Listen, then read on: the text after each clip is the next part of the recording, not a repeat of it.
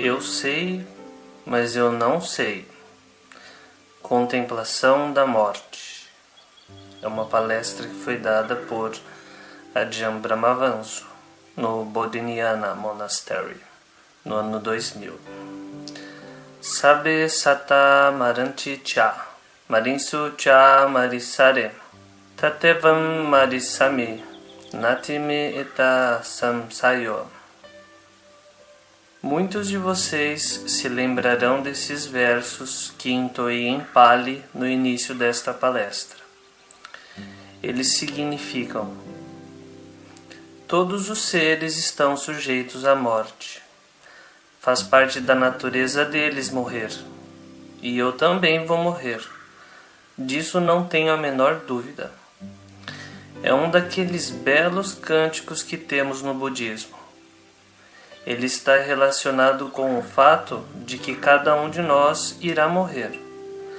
Vou usar essa contemplação da morte para a palestra do Dhamma de hoje. Em particular, esta tarde, eu estava pensando sobre o terreno que estamos comprando em frente ao nosso monastério. Estava pensando quão maravilhoso seria se pudéssemos usar uma parte daquele terreno como um crematório budista. Os monges poderiam ir lá à noite e apenas contemplar a morte, perto do crematório, ou até mesmo no interior dele. A contemplação da morte faz parte da nossa tradição. A ilusão da vida. Eu disse aos leigos que em breve vão me acompanhar numa viagem para a Índia e depois para o nordeste da Tailândia para visitar o Wat Pah Nanachat, o monastério onde passei tantos anos que, se tiverem sorte, há uma boa chance de verem um funeral budista lá. Lá, o corpo da pessoa que morreu não é higienizado por embalsamadores. Ele é simplesmente colocado em um caixão muito simples, de forma que todos possam ir e olhar, e até mesmo tocar a pessoa que morreu. Em seguida, ele é cremado a céu aberto. A madeira muito barata do caixão rapidamente queima para revelar o corpo.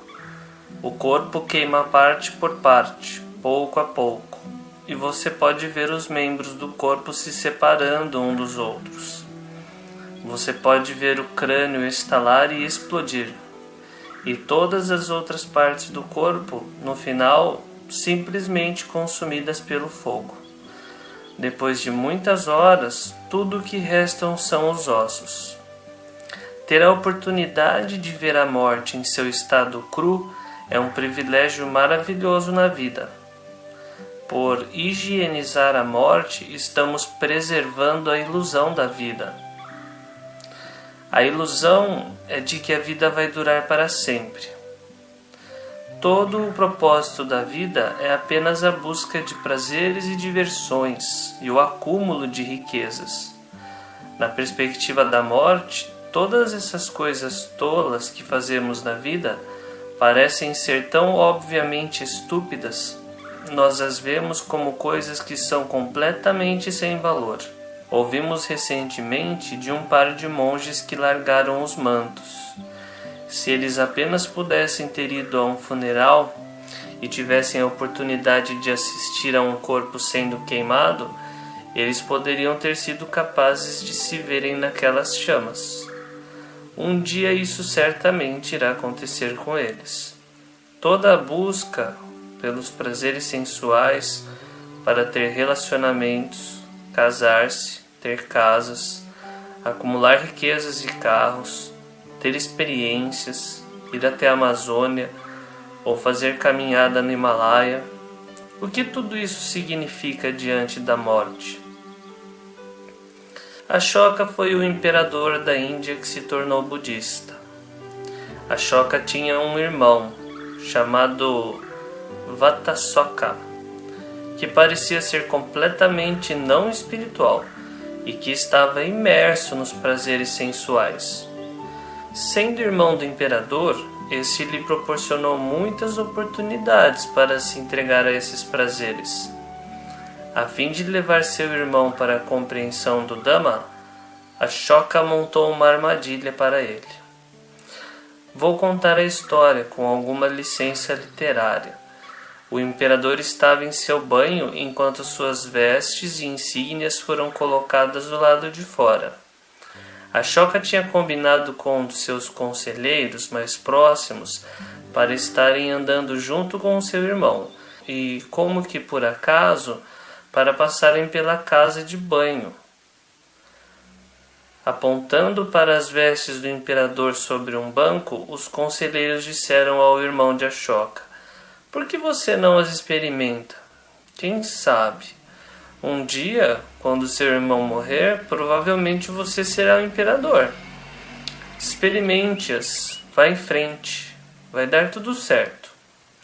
Num primeiro momento, o irmão não queria fazer aquilo. Ele sabia que era ilegal fazê-lo, mas no final ele foi vencido por seu orgulho. Quem não gostaria de se vestir com as roupas do imperador? Foi tudo pré-planejado, e assim que ele estava se vestindo com as roupas do imperador, o imperador Ashoka saiu da casa de banho e o pegou em flagrante. O imperador perguntou: "O que você está fazendo? Você está usurpando o trono? Você é um traidor?" Como isso era um crime, o imperador disse: "Mesmo que você seja meu irmão, eu tenho que administrar a lei com imparcialidade. A penalidade para isso é a pena da morte."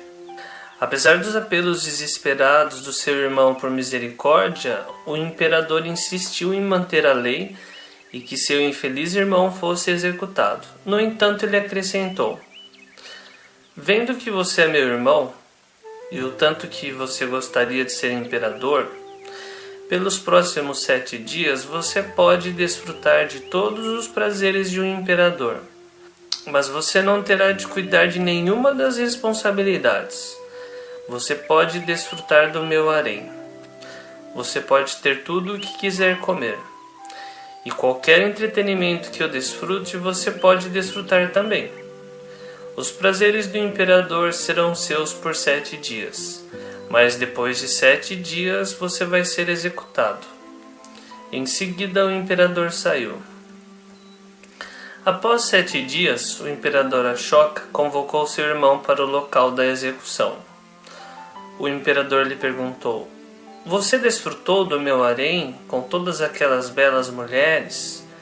Você desfrutou dos melhores alimentos das minhas cozinhas?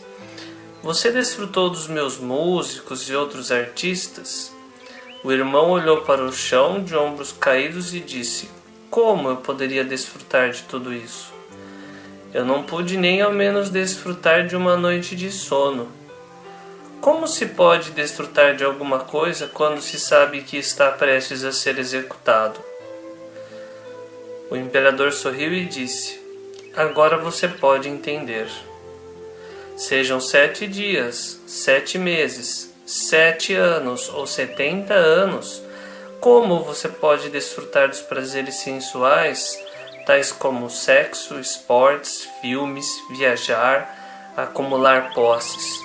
Como você pode desfrutar de tudo isso quando você sabe que vai ser executado? Sejam 7 dias, 7 meses, 7 anos ou 70 anos, logo todos vocês estarão mortos." Através dessa experiência, o irmão aprendeu muito sobre o Dhamma.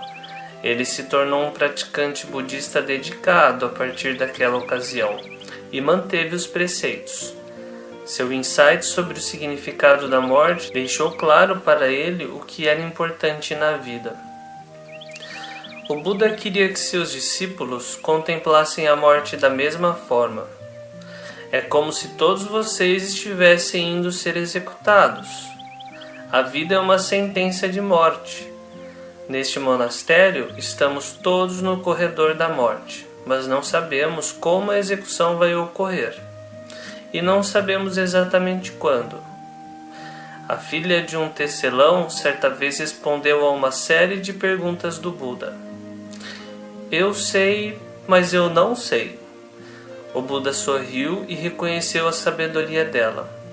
Alguém lhe perguntou depois: o que você quis dizer quando disse que você sabe, mas não sabe? E ela respondeu que sabia que iria morrer, mas não sabia quando. O insight sobre a morte reorganiza suas prioridades. Então, o que é importante para você? Você em breve vai morrer, e depois da sua morte você vai carregar o karma desta vida nas suas vidas futuras. Qualquer pessoa que não acredite em renascimento vai receber um grande choque quando este acontecer. É verdade, renascimento é real. Você vai experimentá-lo por si mesmo em breve. Aceitar a realidade de sua morte e renascimento posterior lhe dá uma perspectiva diferente sobre como viver a sua vida. Como monges, temos as 10 reflexões para aqueles que seguiram a vida santa.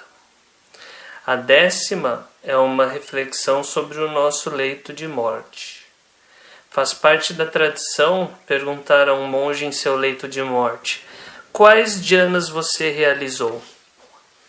Quais estágios da iluminação você realizou? Bons monges não falam sobre tais realizações nem mesmo para os amigos, a menos que estejam perto da morte. É por isso que é uma tradição antiga fazer essa pergunta aos monges somente quando eles estão no seu leito de morte. Eu os encorajo a fazerem o mesmo.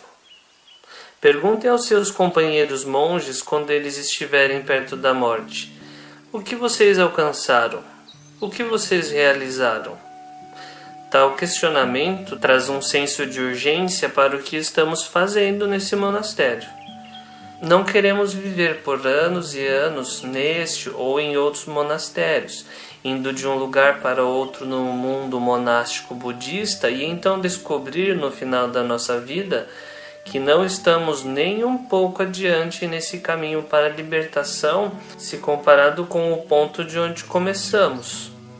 Não queremos descobrir que não fizemos o uso adequado dessa maravilhosa oportunidade para experimentar um dhyana ou de pelo menos conseguir entrar na correnteza. Digo isso porque se você não realiza essas coisas em sua vida como um monge, após a morte, quem sabe o que pode acontecer? Jogando um graveto para cima. Em uma das histórias dos Suttas, o Buda disse que o renascimento futuro é muito incerto. É como jogar um graveto no ar. Você não pode dizer com certeza qual extremidade vai bater no chão primeiro. Da mesma forma, você não pode saber com certeza após a morte se você vai parar em um destino feliz ou infeliz. Isso me impressionou, mas também me assustou quando li pela primeira vez. Todos pensamos que se fizermos muitos e muitos karmas benéficos, então teremos a certeza de um renascimento feliz. E vocês fazem karmas benéficos, porque vocês todos são bons monges. Vocês mantêm os preceitos muito bem. Os noviços são bons, eles são ótimos noviços. Até mesmo os visitantes que vêm aqui são todos virtuosos.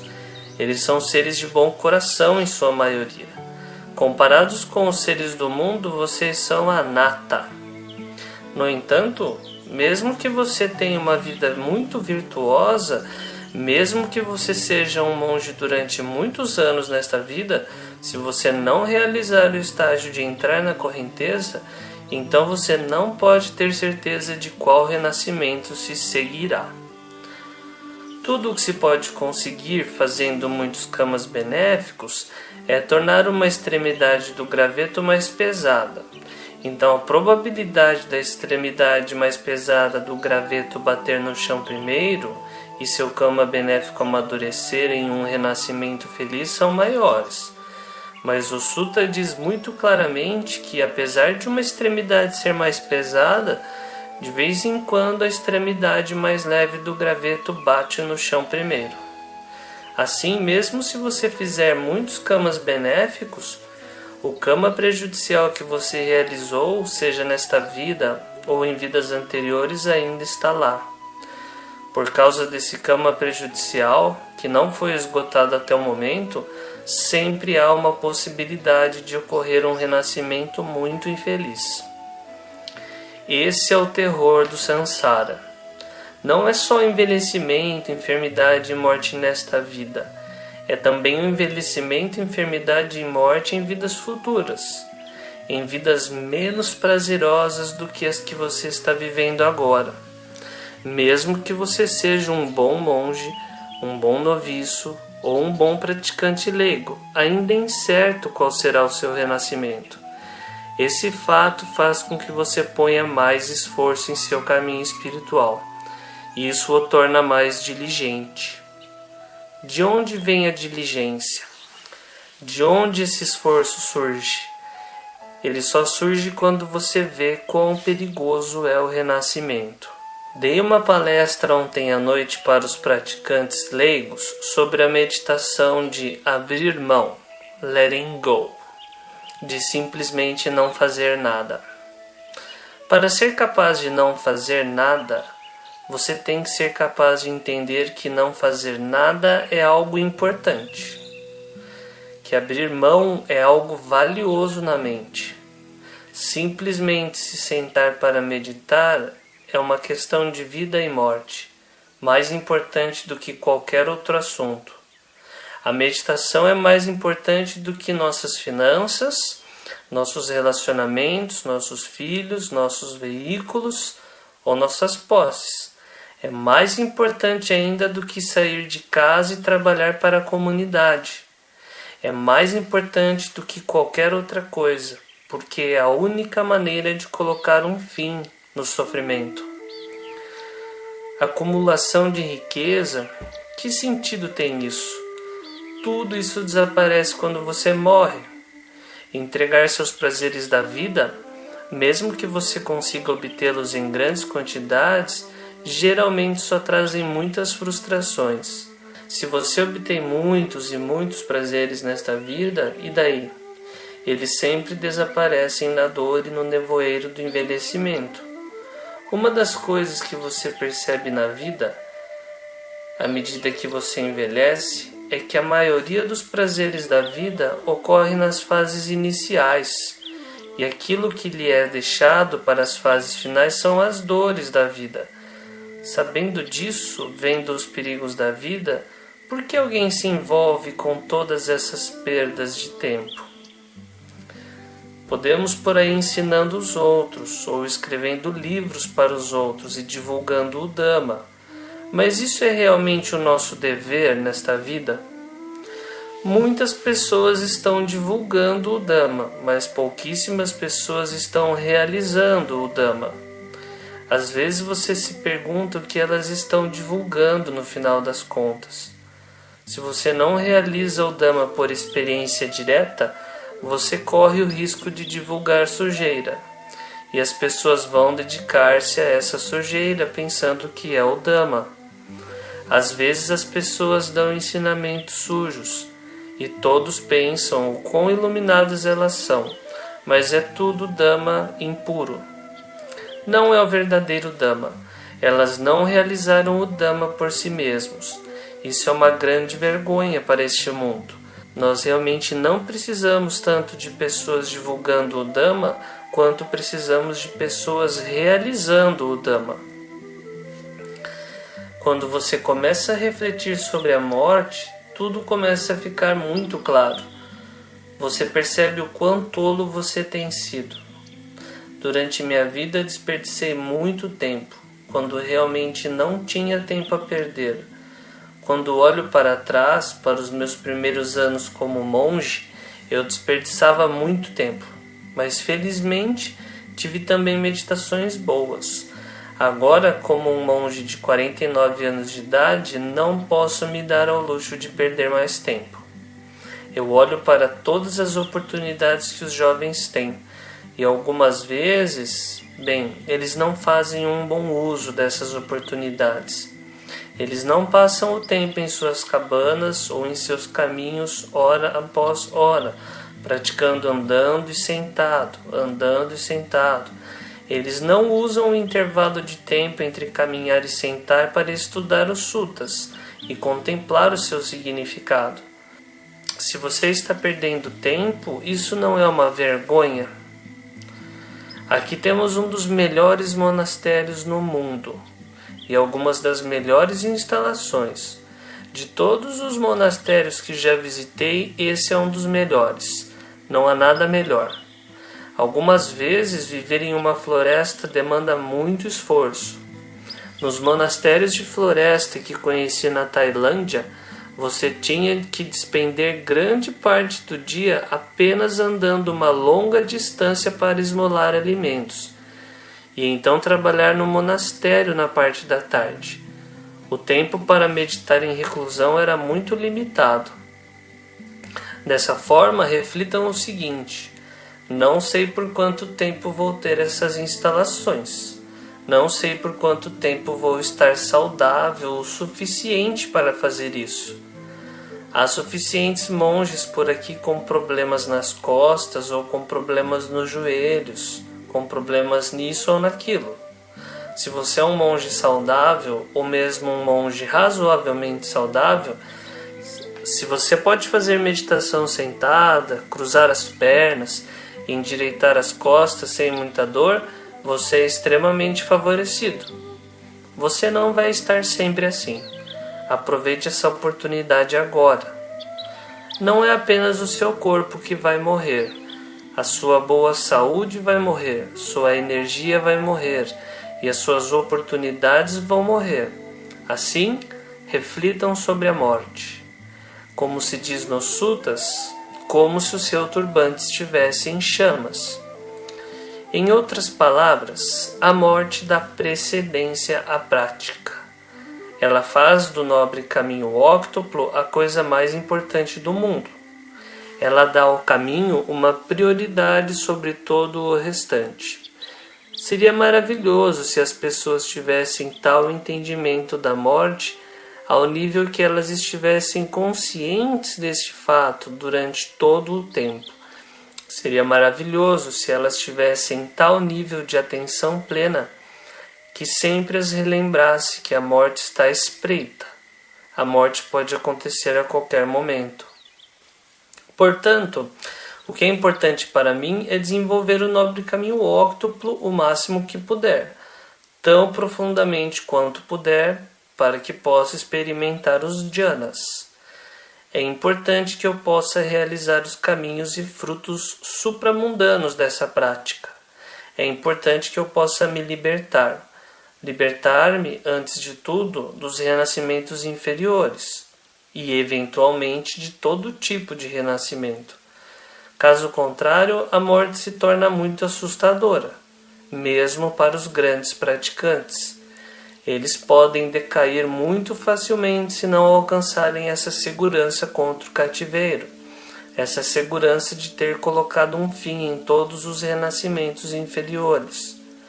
Nós usamos essas reflexões sobre a morte para desenvolver um senso de urgência, samvega em Pali.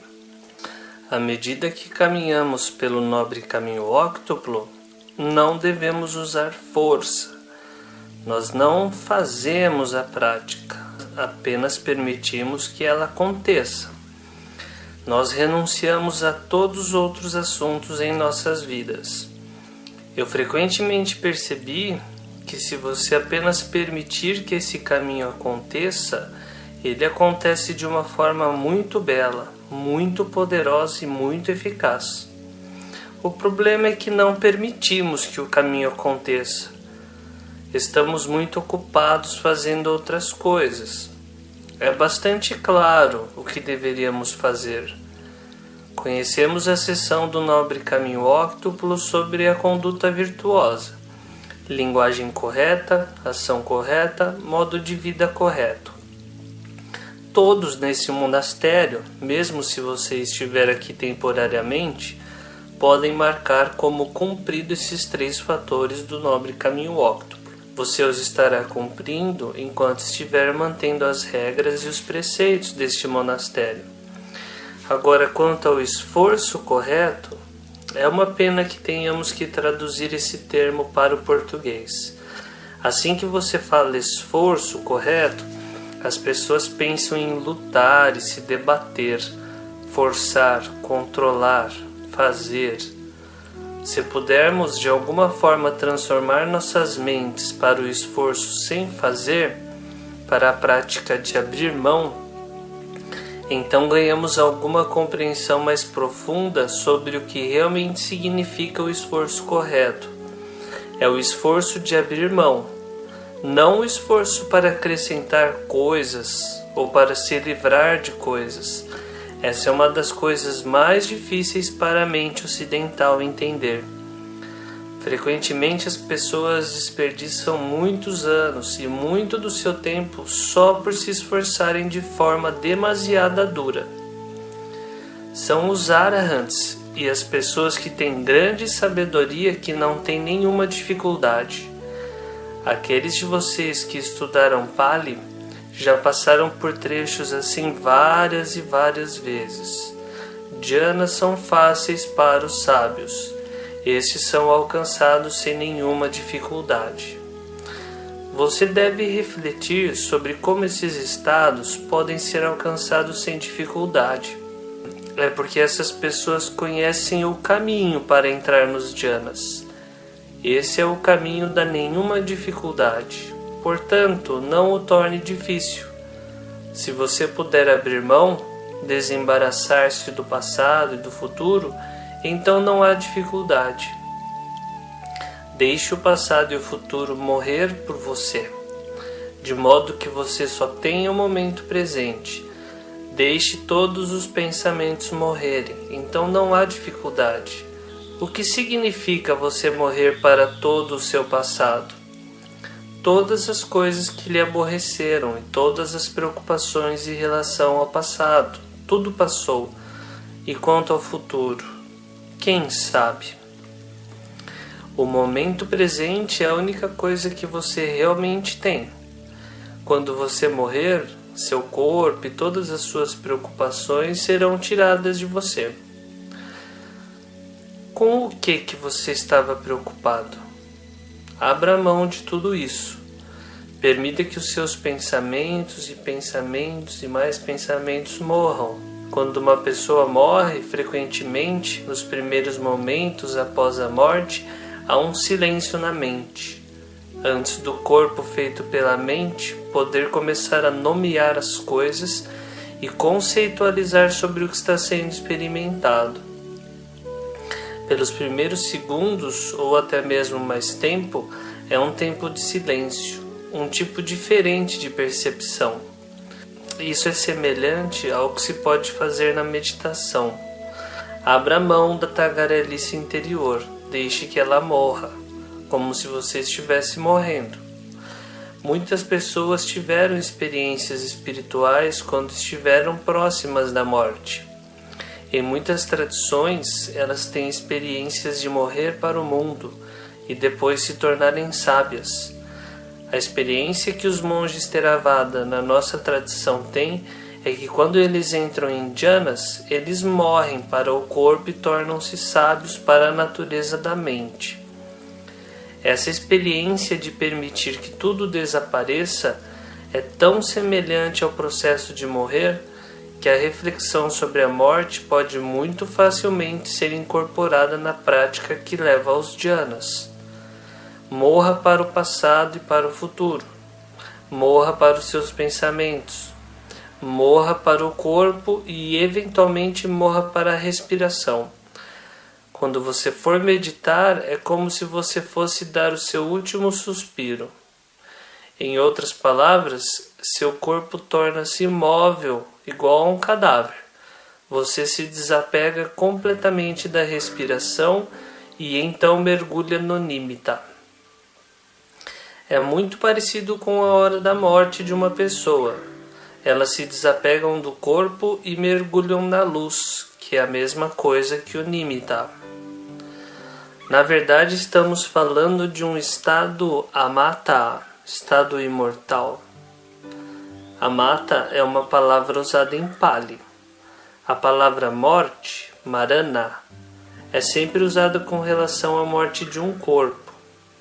A morte da mente é chamada de parinibbana, mas a morte do corpo é sempre marana.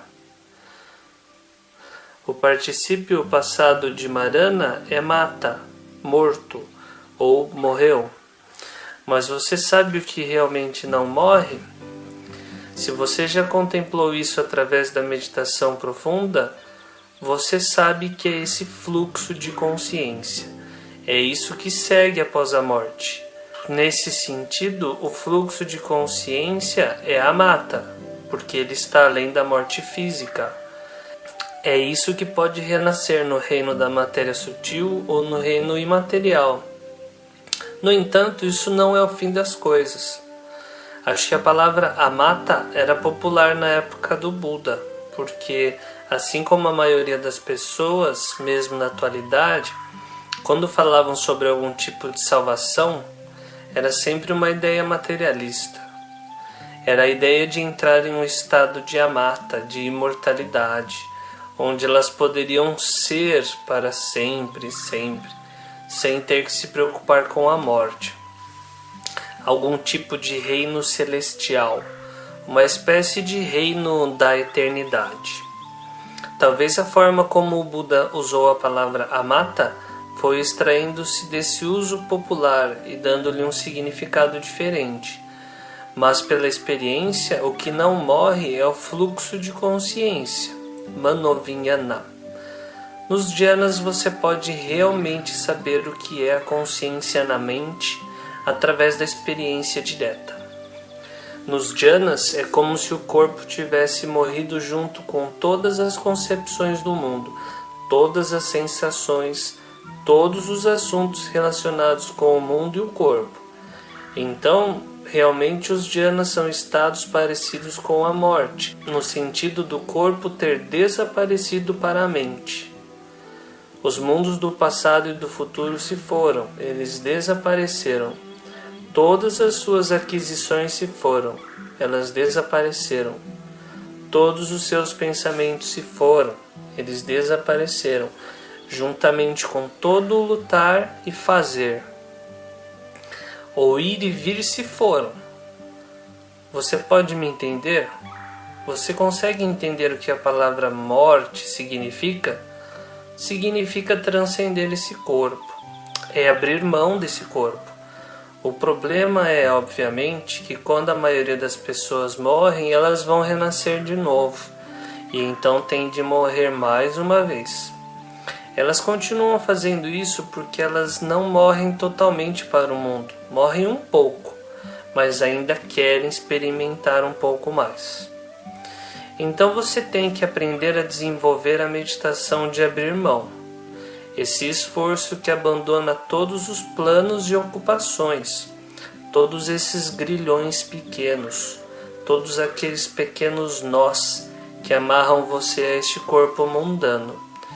É fascinante algumas vezes refletir sobre o quão sabiamente você despendeu o seu dia. Do que a sua mente se ocupou hoje? Faça uma análise estatística. Quanto a sua mente se ocupou hoje com este corpo, ou com o mundo, ou com o monastério, ou com seus próprios assuntos? E quanto a sua mente se ocupou hoje com o assunto do imortal, Nibbana? Isso lhe dará uma boa ideia de por que você não está conseguindo realizar a iluminação. Temos que nos ocupar mais com o imortal. Esforcei-me por muitos anos para tentar fazer deste monastério um lugar onde ninguém precisasse se preocupar muito, para organizá-lo de modo que todas as necessidades humanas básicas fossem fornecidas. Lá fora no mundo, as pessoas têm de lutar muito para sobreviverem, para terem uma casa e para obterem comida. É muito complexo lá fora. Todo o caráter e significado por trás de um monastério é ser um local de simplicidade, um lugar onde o tempo que você gasta cuidando do corpo, alimentando, lavando, e alojando seja tão pequeno que você possa dedicar a maior parte do seu tempo para o imortal, que está além do corpo. No entanto, as pessoas sempre tendem a tornar a vida mais complexa. Elas sempre tornam as coisas mais difíceis, levando o seu corpo de um lugar para o outro, mantendo-o saudável, alimentando-o e lavando-o ou qualquer outra coisa que façamos com os nossos corpos. Há tão pouco tempo para a mente. Quando desenvolvemos a percepção da morte e seu oposto, o imortal, podemos nos inclinar a dedicar mais tempo àquilo que está além da morte. Muito embora você ainda não tenha experimentado esses estados, nesta vida pelo menos, há algo que reconhece a existência de um estado mental que está além do corpo. Apenas saber isso é como uma lufada de perfume. É o suficiente para lhe mostrar em que direção seguir. Lembre-se que todo o fazer que pensamos ser o esforço correto mantém-nos nesse corpo, mantém-nos com o passado e com o futuro. Portanto, não é o tipo correto de fazer. É um esforço que leva a mais complicações. O esforço que leva ao desapego é se lembrar de que isso não é meu. É abrir mão, renunciar. É por esta razão que, se você não quiser estar aqui, este monastério pode ser uma prisão. Mas se você estiver completamente contente aqui, se você estiver completamente feliz, então ele não será mais uma prisão. É o contentamento que liberta. O abrir mão é considerar que isso não é meu. Estou contente com o que quer que esteja acontecendo. É Analaya ou Viraga, desapegar. É a mente de Teflon, nada gruda sobre ela, nada pode pousar sobre ela. E ela é Patinisaga, sempre descartando, indo na direção oposta ao apego. É realmente jogar fora as coisas, em vez de permitir que as coisas pousem em você e que elas se relacionem com você. Esse é o esforço de abrir mão. Esse é o esforço que leva à superação da morte. Quando você abre mão de todas as coisas, tudo desaparece. O corpo se vai, o mundo se vai, as cabanas se vão, os livros se vão, as doenças se vão. A Buddhist Society of Western Australia desaparece, tudo se vai e você entende o que realmente significa a vida monástica. A vida santa, pelo menos no começo, está relacionada com ir para os mundos da mente. E se você entrou nos jhanas, um insight que vem automaticamente depois desses estados de jhana é que o fluxo de consciência mental morreu para o corpo. Ocorreu uma separação. É semelhante à ideia cristã da alma de deixar o corpo. O fluxo de consciência deixa o corpo. Não fisicamente, porque esses são planos diferentes. O mundo da mente, o espaço da mente, não é algo que você pode medir num espaço físico. Se você quiser, você pode considerá-lo como se fosse um universo paralelo. O universo da mente é independente. Se você quiser, você também pode considerá-lo como algo que não é afetado pelo mundo quadridimensional do espaço e tempo. Saber tudo isso significa nunca ter medo da morte, já que você entende o que é a morte. É a morte do corpo, é a morte dos 5 sentidos, o fim de todo aquele mundo exterior. Tal entendimento lhe dá uma perspectiva completamente diferente. É um dos maiores tesouros, uma das maiores felicidades que você já encontrou. Todos os prazeres do mundo parecem ser tão inúteis, tão triviais e mesquinhos. Você realmente se pergunta por que está brincando com relacionamentos, com o sexo, casamento, com o acúmulo e manutenção de riquezas. Que coisa tola é passar essa vida dando voltas para trás e para frente, quando você poderia ter esses belos estados de êxtase da mente. É por isso que sempre encorajo as pessoas, por bem ou por mal, de uma forma ou de outra, para sentirem pelo menos o gostinho desses estados. Um gostinho que vai mudar a sua vida e lhe dar uma nova perspectiva. Mesmo que tenha sido apenas um gostinho há muitos anos, você não consegue se esquecer dele. Você não consegue ignorá-lo, porque é uma poderosa experiência de transformação. Ele lhe dá uma ideia, uma experiência do que é possível, do que significa abrir mão do reino da esfera sensual, o mundo do corpo, o mundo do nascimento, envelhecimento, enfermidade e morte. Quando você olha para o mundo da mente, você vê que a mente não envelhece e que ela não precisa ficar doente. A mente realmente só fica doente se você a deixar doente. É por isso que o Buda disse que mesmo que o corpo esteja doente, a mente não precisa ficar doente.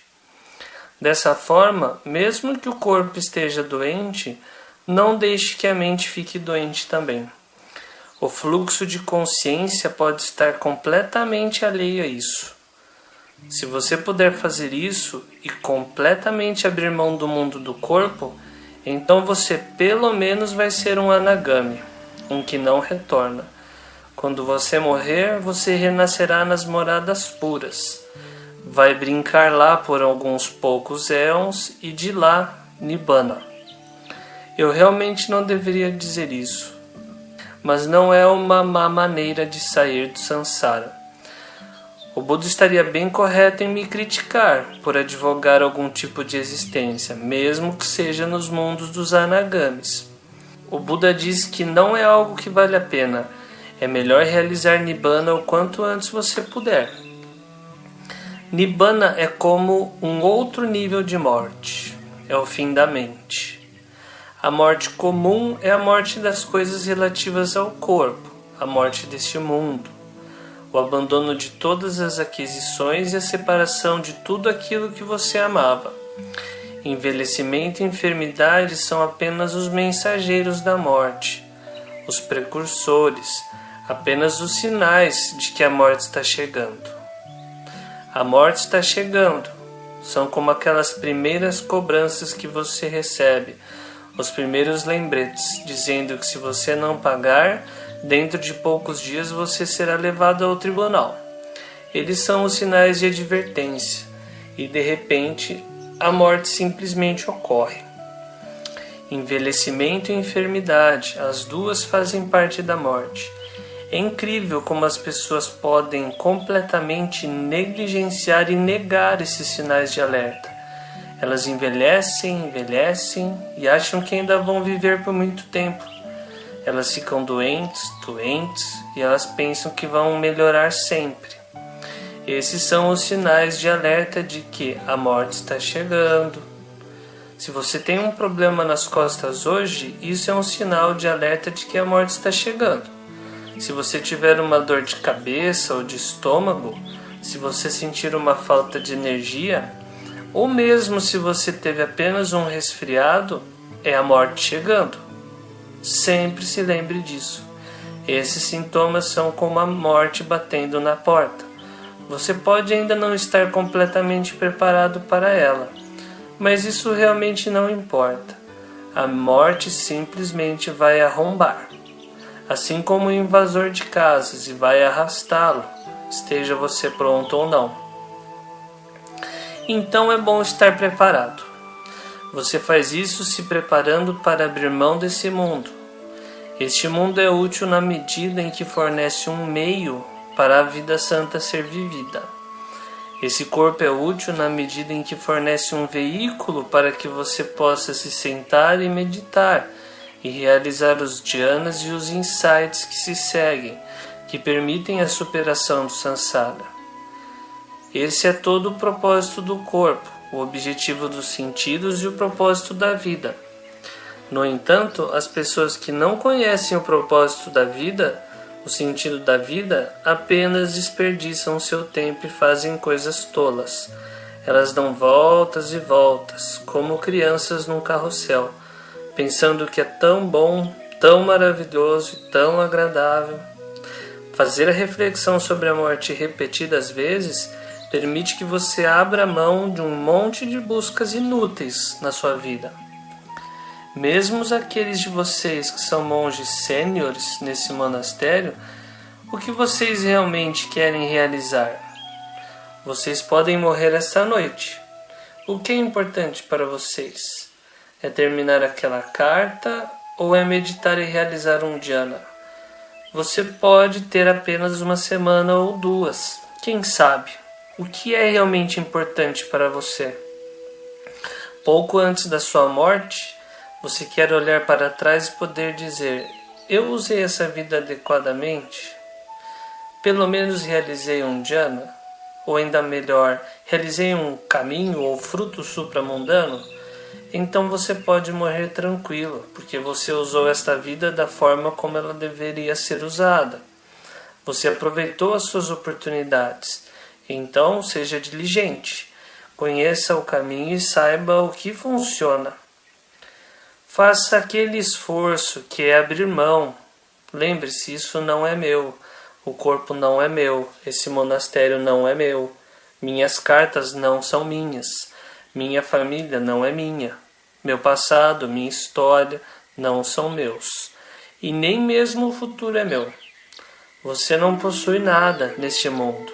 A morte ensina o quão pouco você realmente possui. O corpo pertence à natureza.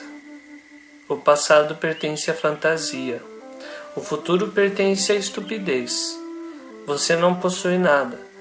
Todos os seus pensamentos pertencem aos seus condicionamentos.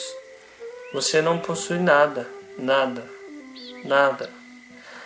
Meus mantos apenas pertencem à terra. Todas as minhas posses em minha cabana pertencem à terra também. Tudo o que é meu um dia irá para o lixão e será incinerado. Quando vim aqui pela primeira vez, pensei que iria construir esse monastério de forma tão resistente que ele iria durar por centenas e milhares de anos. E vocês já podem vê-lo desmoronando. Trincas estão aparecendo nas paredes de suas cabanas. O monge que disse ter visto trincas na parede de sua cabana deve também olhar para o seu próprio corpo e ver as trincas exatamente no seu próprio corpo. Nós estamos desmoronando. Nós estamos nos desintegrando. Logo viraremos poeira como aquela cabana. Quando olhamos para as coisas dessa forma, vemos tudo em perspectiva. A trinca na parede de sua cabana está lhe revelando a morte. Você deve ser grato a esses mensageiros da morte por eles lhe incentivarem a abrir mão e desenvolver as meditações profundas. Você está morrendo para o corpo, morrendo para o mundo e morrendo para as impurezas que o mantêm neste mundo. Você está se libertando, não possuindo nada, e se contentando por não possuir nada. Quando você está contente, você não precisa de nada. Quando você estiver contente, você está morto para os desejos. Quando as pessoas morrem, escreve-se em seu túmulo: descanse em paz. Quando você está nos dhyanas, você está descansando em paz. E Nibbana é a única verdadeira paz. Estas são algumas reflexões sobre a morte, reflexões sobre Nibbana, reflexões sobre o corpo, sobre o mundo, sobre a mente. Portanto, por favor, seja diligente. A vida está passando muito rápido.